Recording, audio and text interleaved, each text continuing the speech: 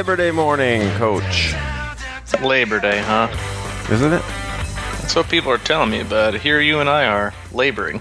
Yeah, there is no such thing as a day off in the crushing iron world. No holidays here. We should look back, I think, at some juncture and see how many holidays we have recorded and posted on, because I can tell you it's at least 5 or 6. Oh, yeah. Yeah, I mean, there's been a lot of, I think we responded after Super Bowl Sunday, even. I think, yeah. And I think there's a Christmas Eve or a Thanksgiving in there somewhere. Oh, man. Yeah, I think you're Something right. like that. Yeah. I know we were a day late once. I think that was because of Christmas. But, hey, we do the best we can. We appreciate you joining us, as Mike said, on a hot and humid and sticky Monday morning here in Nashville for episode 194 of the Crushing Iron Triathlon Podcast. Wow. Is it 194 or 195? I don't know. I think it's 194. Anyway, we're inching our way closer to 200. So we are basically a fifth away to 1,000, if you want to look at it that way. But we are coming to you strong, and before the end of the month, we will be at 200 episodes. Yeah, right around Chattanooga, probably. Yeah, and then right around Louisville, it'll be getting close to our the 2-year podcast anniversary. Wow, man. Yeah, which I may or may not go back and listen to our very first podcast. Maybe we should just re-air that one. Ooh, I don't know. We're trying to gain listeners this time, so I'm not sure that's like our version of airing our own grievances. How about if we take it and you and I just dissect it as it goes? We break it down. Like, what were we thinking there?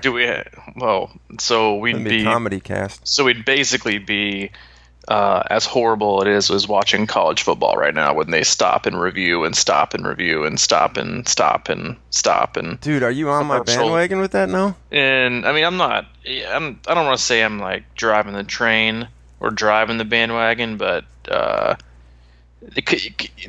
combined with, and I know this is just like total happenstance, but like the weather delays were just. Also insane. Obviously, you can't control that. It's all about safety, and I get it. But man, everything else, it was like, it's no wonder. I think honestly, part of the reason why so many teams have gone to like the fast-paced pickup offenses is because it just works better with the flow of the game now. They have to maximize the amount of time that they can. Get plays in and do the best and do as many plays and get what they can done within the parameters of how the game is run and officiated and reviewed, especially the televised games, to just at some point get some rhythm and momentum. I was going to say, you have to like get a sweat going. Jesus. Yeah, exactly. Because if not, then you're just going to do like, like three plays and you get a 20-minute break. So I think that's got to do with it. But good weekend of college football and another good solid game tonight, and a ridiculously awesome weekend as well of triathlon racing at the World 70.3 World Championships in South Africa. That's and for those of you listening, congrats on participating in that event. I gotta say, for the longest time, people like to rip on Ironman for doing a very poor job of publicizing and getting like media content for people to consume of the professional races. And with this like Facebook thing, they have, in my opinion, and listen, you're going to have issues. I know they had a little bit of issues in like the women's race, and they're going to have technical difficulties. I think everybody does. I'm sure they could do better, but compared to what they were doing, this is incredible. Oh, it is. And so I woke up and I kind of figured who would have won the women's race, and I think that was kind of a no-brainer with Danielle Reef just crushing people's dreams.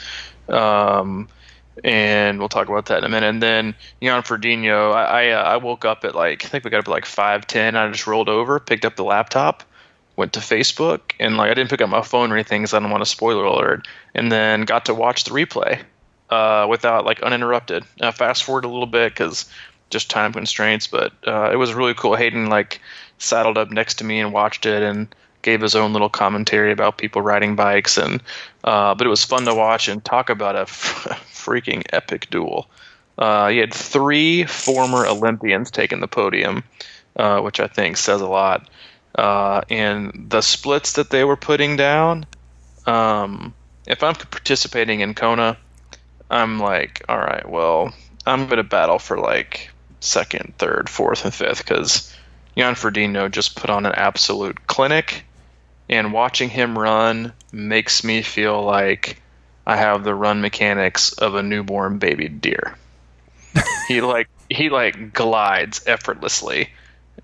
He looks running what Michael Phelps looks like swimming. Slow and effortless and fluid, but you look down, he's running like 5:20s. It's just insane. Really? I heard, wasn't he knocking down? He was under 5. He may have been. I tend to tune out the kilometer to mile thing because it makes my brain hurt. It makes me feel like an idiot. So I just don't even do it. I just know it's fast. Yeah. 106 half marathon. Mm-hmm. 106. I know. When is this going to end, man? Marathon. After he leads coming out with the water of the main pack, the top 2 or 3 guys is, I think, 2nd or 3rd off the bike, or 1st. Well, right there in the first 3 off the swim, first 3 off the bike, always within the first 3 on the run, and then closes at home and puts the smack down on Brownlee and Gomez, who are world-class athletes and runners themselves, like it was nothing. It was incredible to watch that kind of display from an athlete who has done it all, like as a gold medalist, as a 70.3 champion, is an Ironman world champion, and I think without question the greatest male triathlete ever to live. And I'm sure he's chomping at the bit to get to Kona, because I'm sure he's tired of hearing about Lionel Sanders and his freshie. Well, I gotta say, man, I didn't watch that the other day, but I was even, I watched Mont Tremblant, and just the way they're doing it it's really fun to watch, and as you can imagine, they'll probably get better at it, and as time goes on, and then when you compare that, like, I'm just saying, as a lifelong college football fan, I am almost at the end of my rope with this stuff. I mean, and I always like to think about, okay, what's next, not that I know we're way deep into triathlon and Ironman and all that, but I do feel like I would almost rather watch that now. I mean, I feel like my pendulum is swinging a little bit, and it's just, and I think it has a lot to do, like I said, with the way they handle the TV, with the way they handle the replays in football, with the way they just kind of like, I don't know. It feels like that the whole thing is more like a human interest story now than a actual football game, and they're always like cutting away to these goofy things, and it's just like a circus clown show trying to keep your interest rather than just putting the football on and getting the vibe of the contest. And so I just think with, obviously with technology always improving, that the way to cover Ironman races is in its infancy, kind of, and I think maybe they might be able to figure out a way to actually make a visual spectator friendly coverage of Ironman, even though it's a ridiculously long event, but well, they're doing it. I mean, I know they're doing it. I mean, it's like people watch like U.S. Open for 10 hours a day in the tennis or whatever. I mean, that thing was on ESPN. Don't be hating on that, man. I'm not hating on it. I'm just saying that people can I don't know if they sit there and watch the whole day, but it's like something that's out there, and that people have attention spans for that kind of thing is what I'm getting at. Is if it's like relevant, and maybe this kind of covering their halves, maybe they start covering more halves and putting some pros in there and making it more of a bigger event, and who knows how they're going to handle it, but it's intriguing. Because we're doing it. It's not like, like football, it's kind of like you're passively rooting for a bunch of guys that do something that you've never really done. And now we're in these races, and it's just, you know how that is. It's like once you get into something, you want to know everything about it. And watching these commentators and stuff, they have really interesting points along the way, and it's really cool. I mean, I think I saw where, yeah, so I just pulled it up. Ironman Now had, the men's professional race had 2.1 million views. Yeah, it's interesting. Which, I mean, talk about finally finding a way to help grow the sport. Now with the ability to, on Facebook, to share the links of the live broadcast on your feed, and have other people that are your friends with or acquaintances or whatever, like just kind of pop up and kind of find their own way. But like, I know I've always heard you do these like run races, that because they don't talk about the swimming and the biking, or these triathlons, and they're like, oh, this is what it comes in. Like, this is real deal stuff. And like the courses and the breakdown and some of the intricacies of it, which they do, I think, a halfway decent, somewhat job of the commentating. But well, they're walking a fine line there. Yeah, they are. But it is. It's like to talk about that for that long too. Is yeah. And you can't. I think you gotta like. But anyway, I think it's great. I think it's gonna do nothing but good things for the sport. And for as much as people give crap to Ironman about pretty much everything they do, I think this is a very, very big jump, and I can't wait to see the Kona coverage as well. Yeah.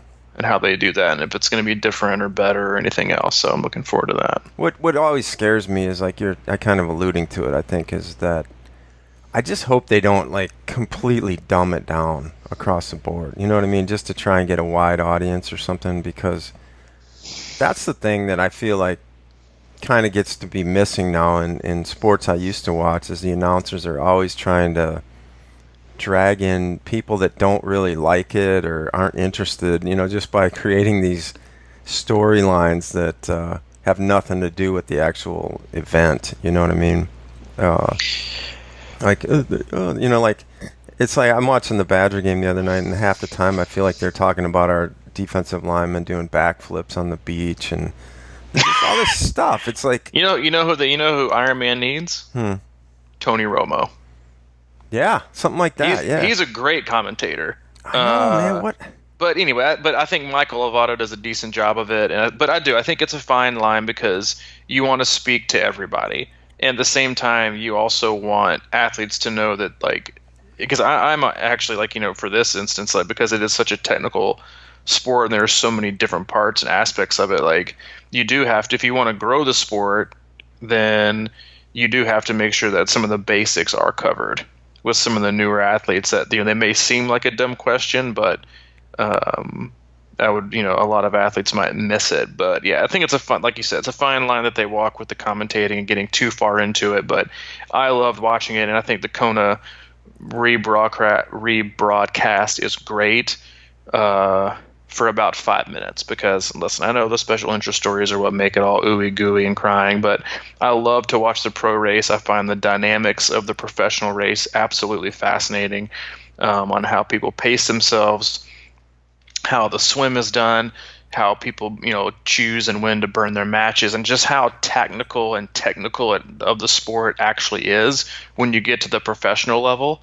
That there are so many things. You have to play the game. And you have to. It's such a different dynamic than age group racing. It's not even funny, and you just have to be able to withstand different things and do different things. And if you don't make the front swim pack, then how are you going to bridge the gap and the amount of power that you have to throw down in order to be able to get there? And then when are you going to blow your surges? Are you going to work with another guy, legally and keep the distance? And then who else is in the field? There's just so many things you have to take into account on a regular high-profile race, and then you get to something like the World Championships in October in Kona, and you got to think about the literally the best athletes in the world at their discipline and at this distance going against each other to, A, be a world champion, B, take down a fat paycheck, and how they discuss and talk different things and who's lining up and how that, and just there's so many things taken into account. I hope that they, like you said, I hope they cover the basics, but they also cover the little small details and intricacies that people probably don't think about in terms of how these professionals have to race. Yeah. Well, and everything that goes into it. Yeah, it's just like, it's like the world today is sort of like, you can't even like. I feel like that. I just want them to respect that the sport is interesting and that the sport itself can carry the whole thing, because it's like you can't even go to a baseball game these days unless you're like, what else? Are they giving away free, bats? Are they doing a dizzy bat contest in the third inning? Are they doing, is there a concert? It's like, what? Like how many triathletes are in US USAT or whatever? What 100,000? $250,000. That's quarter million. Probably. My point, I guess, is just think if Ironman could somehow double that to 500,000. Would that? I mean, that would be pretty good for them. Yeah. You know what I mean? So they don't have to have like 8 million, triathletes right away. Just grow it in a way, I mean, I hate to say it, but it's kind of like what we do. We don't really like market to the masses and stuff like that. We just sort of organically grow. And I feel like that they could do that. If they just keep doing a really good job with this, people will naturally gravitate towards it and be interested in it because, like you said, there are so many different levels. Mm-hmm. And I've been in the sport 6 years, and I'm just like starting to kind of figure things out a little bit, And that to me is like there's a lot there to, to get through, and there's a lot of different places you can dig into, and it's interesting in its own right, without like all those, like you said. I mean, like making the whole show like a whole story about I mean, I don't know. Well, listen, don't make the show about 3 people who overcame obstacles. Make it about the people who make a living and the professionals that train year in and year out, and this is their life and livelihood. Like, just make sure you like put the spotlight on everybody, not give 2 cents to the pros and the rest to like 3 special interest stories. Because come on, be honest, man. Yeah, but that's all TV, man. They're trying to get the biggest rating that particular day that they can. And if somebody tunes in and they see a good story, I kind of get that. But like what they're doing with the races themselves, that's where their bread is going to be buttered in a big way, I think, if they can figure out. Simple strategy here. 2 feeds. Advanced commentator, beginner commentator. Yeah. Solved. It's really that easy. Ironman Now. Look at that. Or Ironman, I think now is like their Facebook link or whatever. You have Ironman Now 1.0, Ironman Now 2.0. 2 totally different. You have like the beginners, like here's what they call transition 1.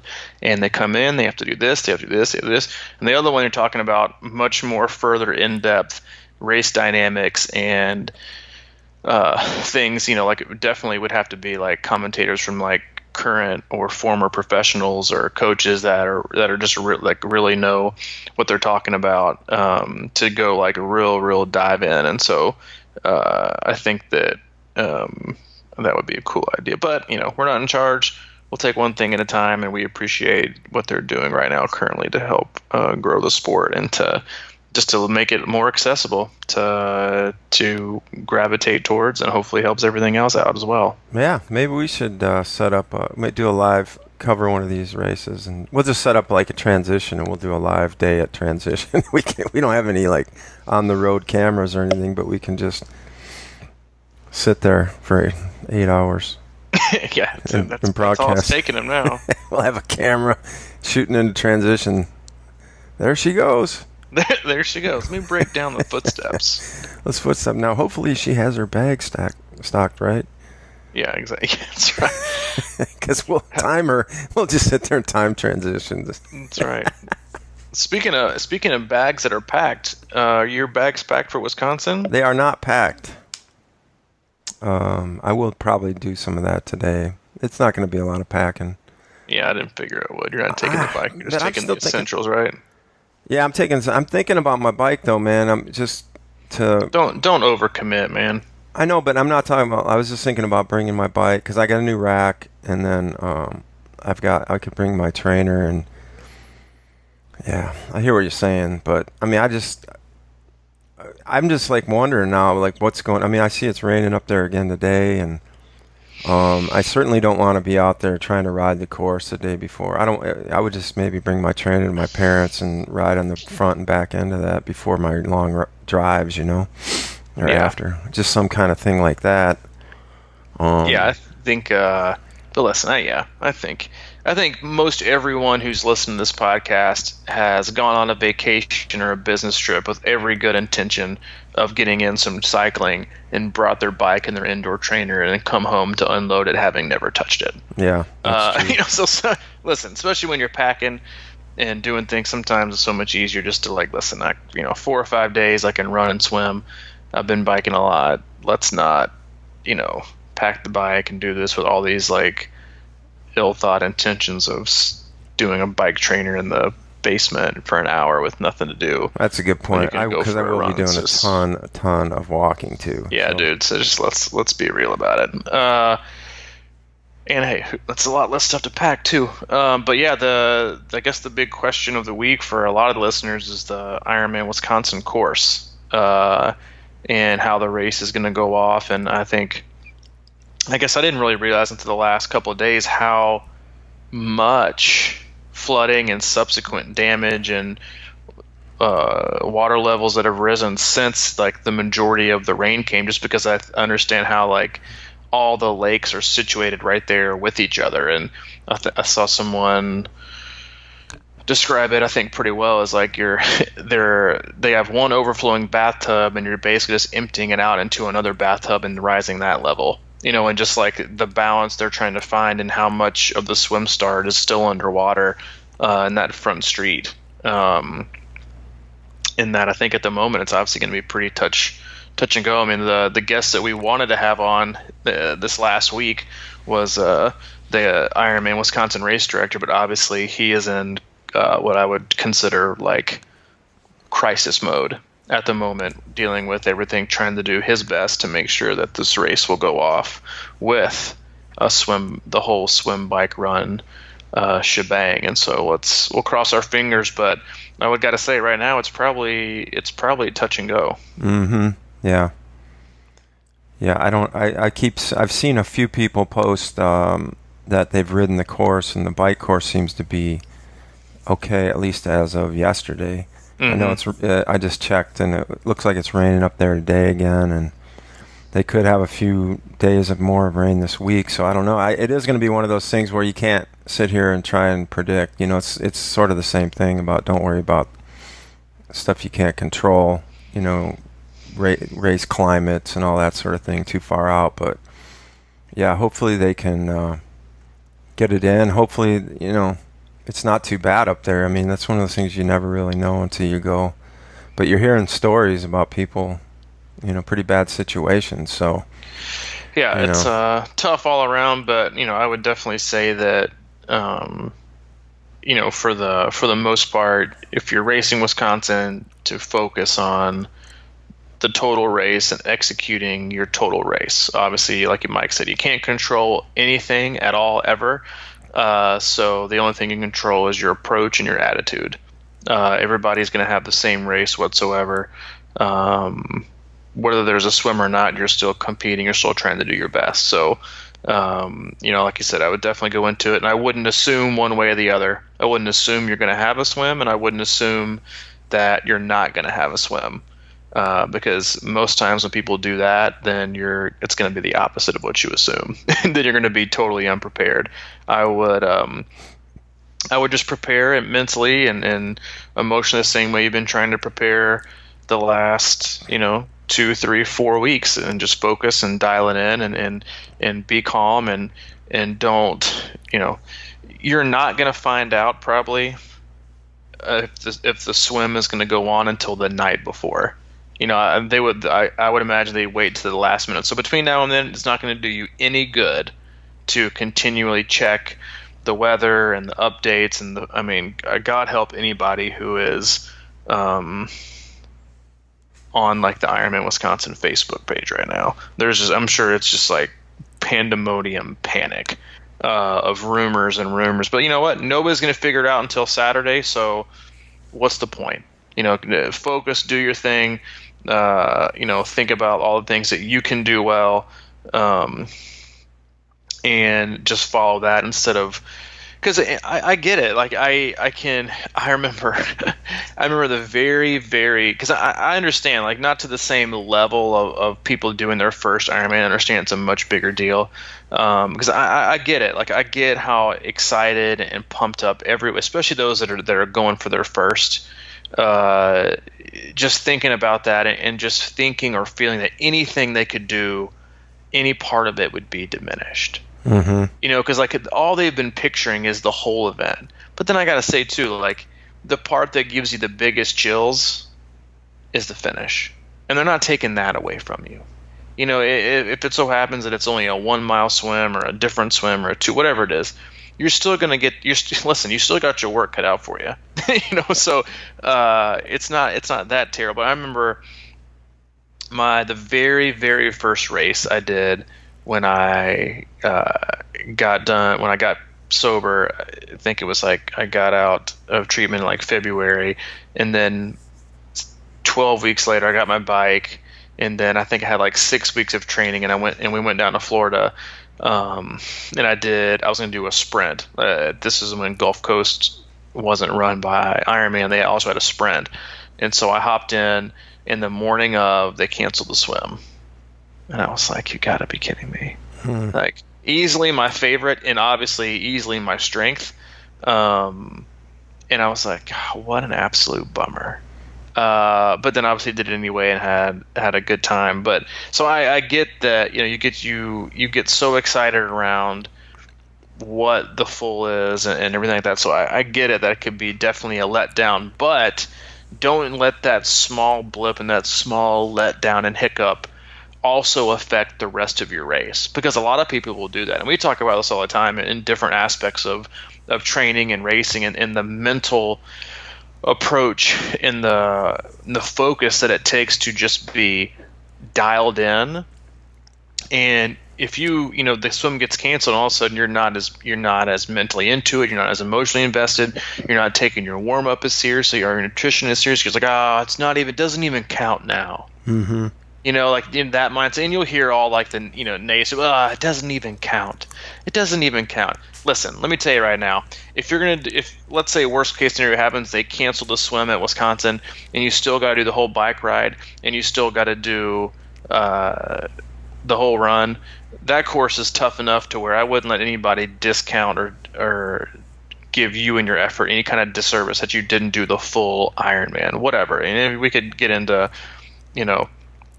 what is and what isn't, and with the swim and the distance and all that kind of stuff. But, stay focused and stay dialed in, because you don't want to find yourself 60 miles into the bike with just thinking it's going to be an easier day or it doesn't matter, and then things go sideways and you can't get yourself back together.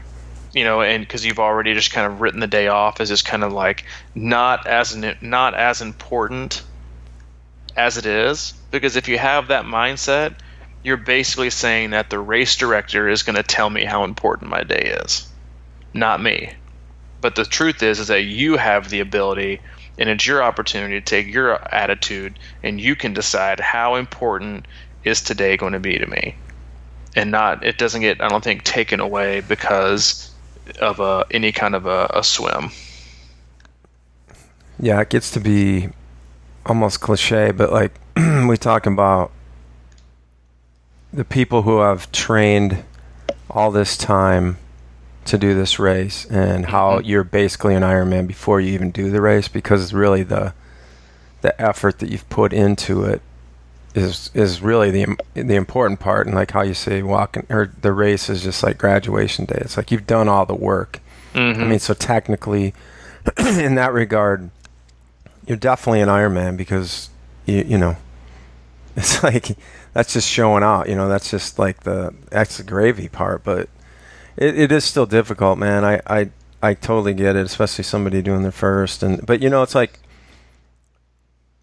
if you've got the right mentality about it, we talked about it in one of the last podcasts, is like, each race is a stepping stone anyway. So, like I guarantee you, the sort of people that got into this as a bucket list, and then it comes down to this, that's going to hurt them a lot harder, because Mm-hmm. They're thinking, man, I just want to get this thing done and do it and have the medal and just, have it in my corner hanging on a shelf. But it's like, the people that are really into this sport. I mean, and I'm just saying this. I'm not necessarily saying that I even have this under control yet, because it would really be a troublesome thing for me, I think, too, even at this point.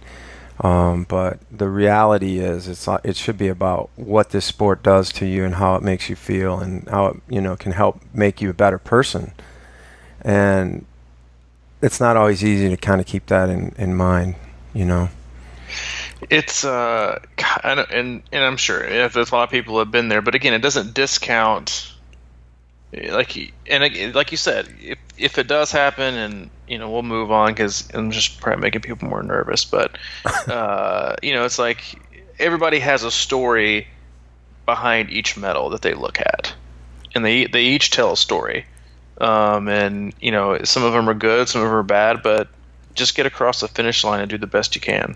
And focus on what you can, quote unquote, control, and not the things that you can't. But hopefully, and we'll lean towards a positive, and then go off without a hitch. Enjoy your time in Madison. It's definitely it's an awesome city, one of my favorites, and our choice for full Ironman team race for next year.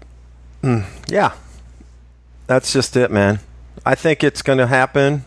I think it's going to be awesome. I mean, that city is, it's just, it'll pull together. I don't know. I feel like,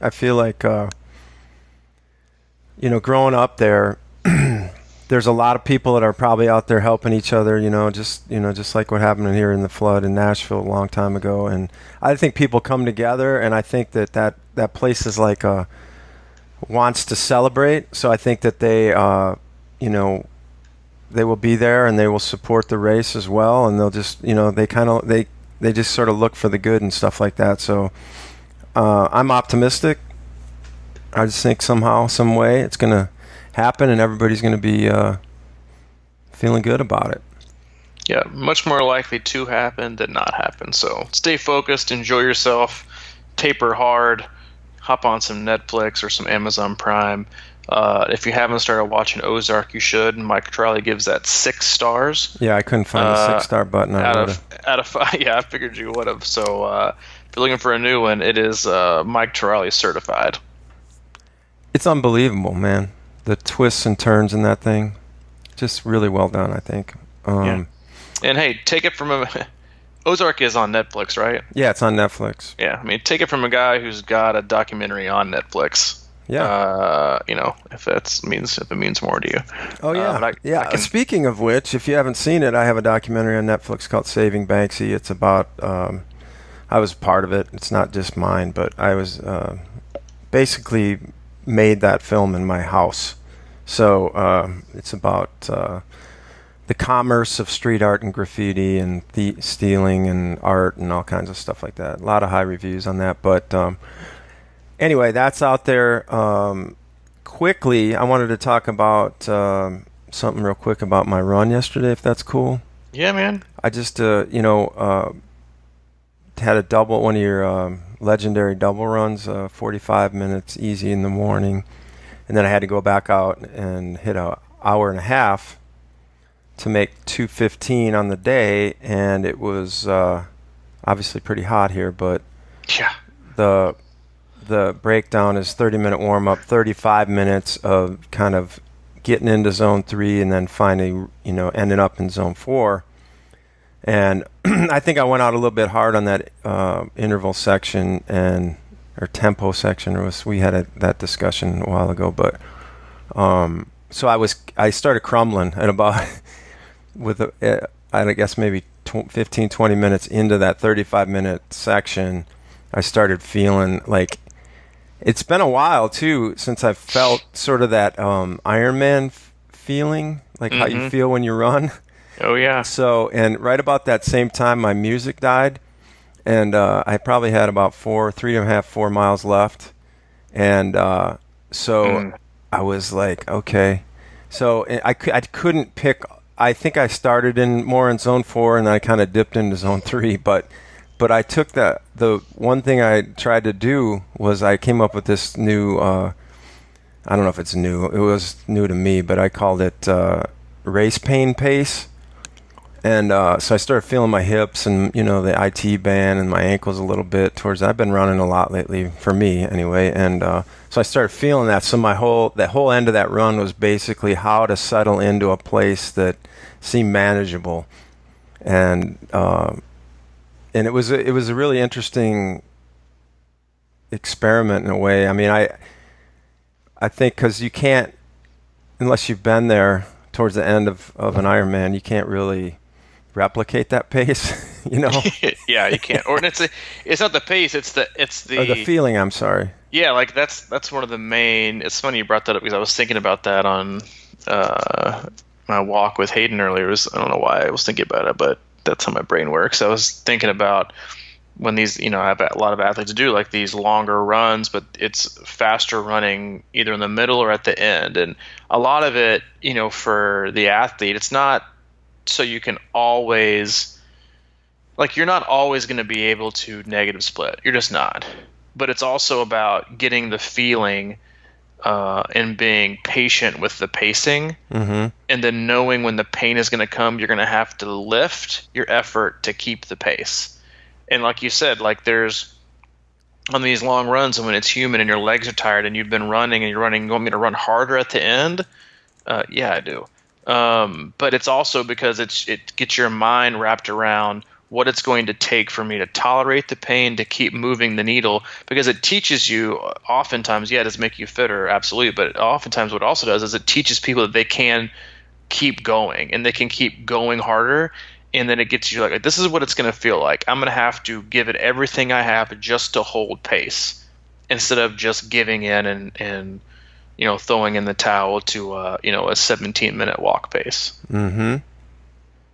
Yeah, it's very interesting. And I got to tell you, man, I made my decision, I think, yesterday that I'm running without music from here on out, because Ooh. I think it matters a lot. I mean, to me, it does anyway. I mean, it sort of lets your mind drift. It just takes you away from that. Mm-hmm. What you're going to be dealing with on that run, which is basically just your breath, listening to yourself breathe. And I think that's a huge, huge mental component. I noticed that right away my pace just dropped, because I don't know if it was just because, I don't know what it was because of, but it certainly was a new sort of sensory stimulation or lack thereof or something. And I just kind of like started dropping, and it was like weird, man. It kind of scared me in a way. It was sort of like that same feeling you get during a race, and you're like, shit, I can't hold this anymore. That's right. And then all you have is that, not some jam cranking in your head, pumping you up to go harder. I think there's something to it. So I'm gonna at the very least start weaning. How's that?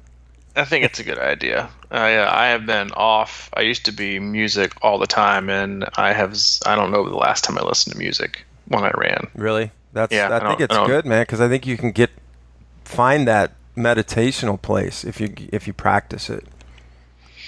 I think it's just, I think it just helps with overall awareness. I mean, I get it with intervals and stuff. I think it's, I do see value, but I think with the general awareness is a really good place to be when you run. You can hear things and feel things, and your breath and your feet. Or is it clunky or is it light?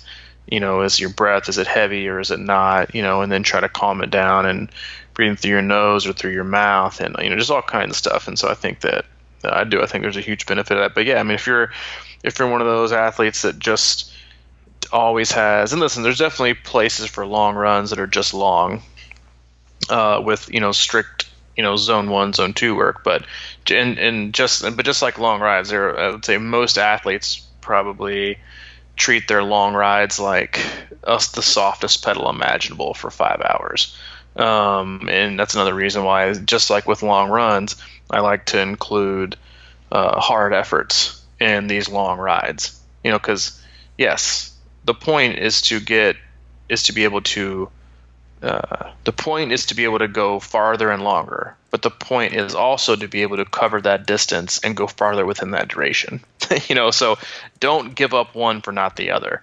And a lot of people do that, and they get in that trap with Ironman training, especially, is that it's just an easy, long 5 hours. Okay, well, what about inserting in some really hard efforts within there, so you can, cover ground faster?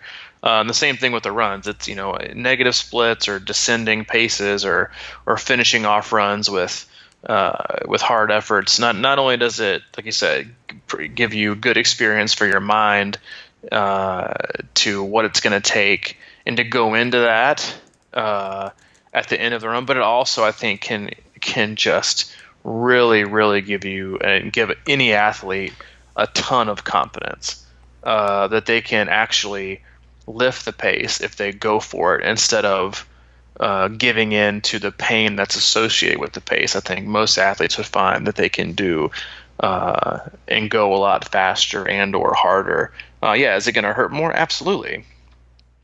But I guarantee, but it'll also be over quicker. Then you don't always have to elongate the process. I think that's negative split runs, ending it with some quality. They're all good things to incorporate into your training. I think you bring up a good point about it'll be done faster. I think that, running is a weird one in the sense that I think so much of it is teaching your body and your mind to be okay letting go. Mm-hmm. Instead of those are the things that I think about a lot on my run. When I'm starting to get stiff and trying to, like, quote unquote hold back. Mm-hmm. Sometimes that becomes harder than just letting your body do what it does, and I think that has a lot to do with why in a lot of ways you're a proponent of not wearing a watch in runs a lot. Is just sort of you let your body do what it wants to do and not be chained to this false sense of, like, of course we talk about, like, going out slow, of course, is huge, and that's the main reason I'm thinking about wearing a watch right now, is because I don't want to get too far ahead of myself, and I've been really practicing that patient piece. But that running slower shouldn't be forced. You know what I mean? Like, it's like they talk about letting your run legs loosen up and letting them go. And sometimes I think a lot people have a hard time with that because they're afraid that it's going to fall apart. But sometimes it becomes, it definitely will at some point. But hold on a second. Yeah, you're saying hi to, say hi to Mike? Hey, Hayden. He can't hear you. He's waving. Oh, okay. You say hi to Mike? Say, hey, Mike. He's obviously out of school today, so he's waving. He's not saying, hey, Mike. Oh, okay. You want to go back and see Mama? Look at this. Yeah, you don't need to pull out the plug. Can you say hi, Mike, with your words? He can't see you, buddy. He keeps he keeps waving. Okay, that's good. But no, I think that one of the main things is, like you were talking about, is you just have to get to a point even at the end of rides or at the end of runs where you get to that point to where you think, I just got to hold on. And I can hold on to this for this amount of time. Especially with running. Like when you don't look at your watch and you don't know what pace you're running, but you just go by, I can do this. Like, that's what I do a lot. Like, I wear the watch, and I'll wear it to look at, especially on long runs. Like, if I have like a really long run, I'm trying to finish it fast. I definitely use it for the first 3 to 4 miles as like a big time governor. Like, I know that if let's say that I did a run, I think a month ago, and it was 2 hours, and it was, it was descending. I wanted to finish fast with 35 minutes of what I would say, like, zone 3 running. So about a month ago was like when we had that cool spell, I think. But, and I started off, like, I wouldn't let myself get below 8.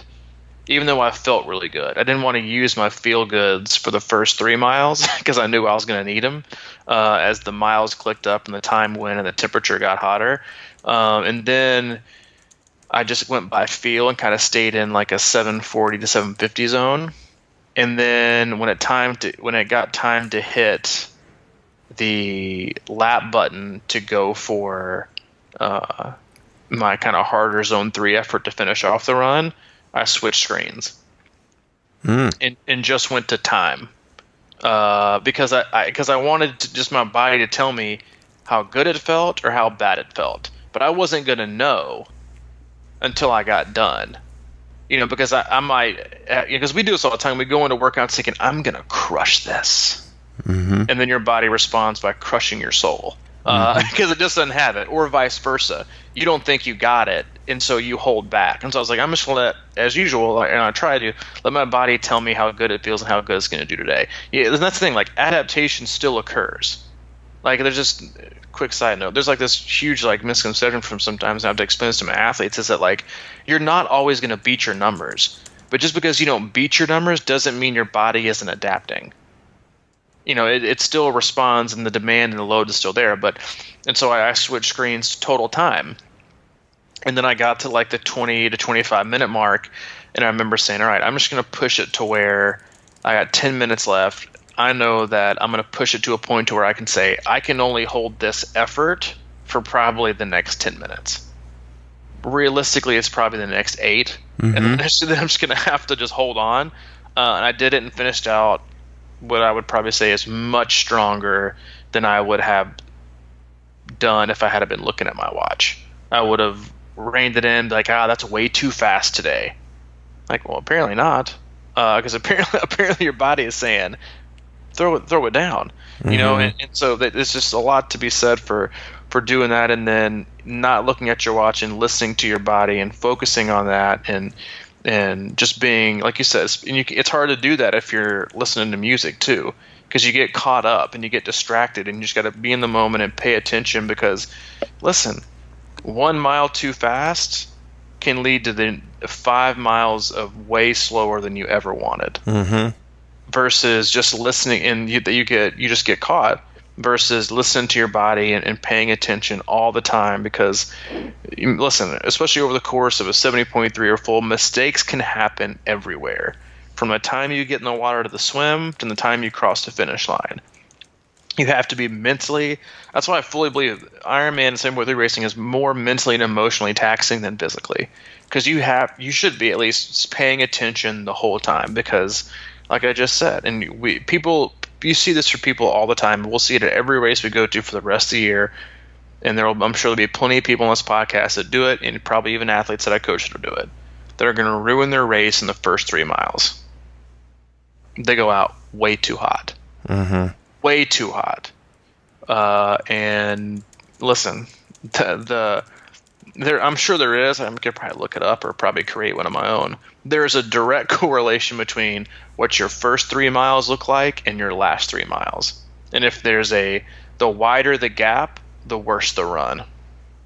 Versus, so let's say you started off the first 3 miles at an 8-minute pace and your last 3 miles were 12 minutes. So the gap's 4. Versus starting out at 9 and finishing at 10. I'm going to go with the person who started with 9 and finished with 10 for having the better day. And so I think that there's probably a correlation, but yeah, that's why you have to pay attention and just think, and be aware of the whole time. And it's like you're always doing a systems check, but you're always also doing like a cost benefit analysis, of like energy expenditure and nutrition and efforts and all kinds of things, all the same time, while trying to pace things correctly and paying attention and being in the zone and staying aero, using the right gearing, making sure you're, taking the right, cutting your tangents on the run course and not taking like the wide route every time possible, paying attention to the buoys, to not get caught outside, to not get caught up in the moment, looking at the sunshine, then, oh crap, I'm 50 meters off course. And it's just like, you have to be on the whole time. And anytime you add in something that distracts you, because while music can put you in the zone, it also can give you that like tunnel vision of not being aware. And by the next thing you know, it's like people who take like the same route home every single day, but they know when they get off work and they put the music on, but they know they have to take they have to go run an errand. or go meet a friend, and the next thing you know, they end up at home. They're like, oh shit, I totally like didn't get off on the exit because they just zoned out. Oh yeah, 'cause they weren't paying attention, and that is a lot of times what happens in 70.3 in Ironman racing. Yeah, and obviously it's not as fun always, but I do think that there's a way. I mean, we talk about Zen and how to be in the moment a lot and stuff like that, and I just think that there's a lot of joy and pleasure in that once you can get, you know what I mean? It doesn't always have to be the hardest thing in the world, but it's just like being in the moment.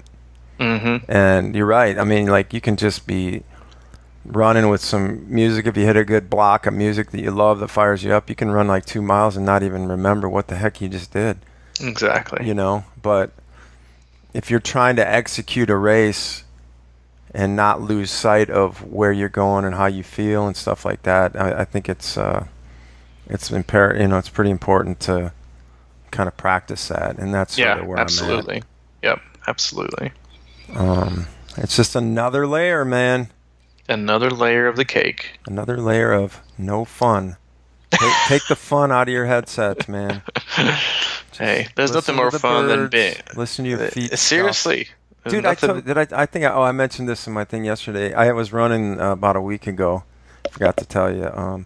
And I was just starting off, and I was going real slow, and I was running down my street, and there was a woman coming up on the other side of the street, and I kind of was like waving, and then she was waving her arms at me, and I'm like, and I took my headset out, and she goes, "Pick up your feet. You're shuffling. You're scuffling. You're." And you know, well, it was that woman from the lab that one time at camp. Oh, jeez. I said, "Thank you for my run analysis." Jesus. She is so annoying. Unsolicited opinion. There's nothing like it. That are horrible. God, good gracious. It's just like, man. Whatever. But that's it. Yeah, it's oh yeah, I hear meltdown coming. Happy Labor Day. Such a tease. You get kids back in school from like being summer, and they're like, "Hey, 3-day weekend." Now you'll appreciate the whole schoolness. But he's major outside zone right now, so we're about to make a trip to Lowe's, continue on this fantastic non-labor Labor Day weekend, and coming in with big races this weekend: Wisconsin, Santa Cruz, a couple other big ones, and it'll be on the march to more races in Chattanooga and Louisville. Mm-hmm. And once again, as we mentioned, I'll be in Madison, so please keep an eye out for me. I'll be staying around the square. I'll be carrying a video camera, looking at everything and making it happen. So just make sure to say hi if you see me or whatever. Well, say hi. Give the man a hug. And give me a big hug. Yeah, and if you're single and you're between 35 and 55, say hello. Hello. Yeah, we'll pay for the meal. But yeah, hope everyone has a great week. Focus in. We'll see you on Thursday for podcast 195. And hey, if you want more information or just want some more fine-tuned details of what we offer, you can go to crushingiron.com and check out more about coaching, training plans, swim analysis, training camps, which are pretty close to all 3 being sold out for next year in 2019, so look those up. And then, do we have an update on gear? On the side, still working on it? Well, yeah, we're in the process of. I ordered through our site in the back end in a private mode just to see the quality of the goods. So we're waiting for said shipment and execution of an order, and then once that happens and we're satisfied with it, we will launch the store. Perfect. And there will be a limited amount of crushing iron gear available all the time, right through our crushingiron.com site. Love it. Awesome stuff. But yeah, making sure it's good quality is important to us. So if we got to delay it a week or two to make sure it's right for you guys, then hey, we'll delay it a week or two. Unlike delaying our podcasts when everybody else is off work. Yeah. We still make sure those come out on time for your listening pleasure. Yep. And if you hang around, I'll read the 10 minutes of ads here at the end. No, there will not be any ads. We're still looking for that perfect sponsorship. That's it. The perfect one. If you have any ideas for us, come on. We take small businesses too. Oh, yeah. Let's get creative. Window washers. Yeah. John Sanford, if you're listening, we're still serious about auto wares. Hit me up, man. Yeah. Support. In the meantime, support auto wares. We like them. Yeah, we do like him. John Sanford, great man. He'll be at Ironman Chattanooga. But that is it. Go enjoy your day. You got a couple easy days coming, and next time we'll be coming to you from Wisconsin, I would imagine. You are correct. Hopefully, awesome. Your childhood bedroom? Either that or, probably will be, actually, because I won't be in Madison yet. Perfect. Thursday morning. Even better. All right. All right, dude. I'll talk to you later. See you, buddy. See you, man.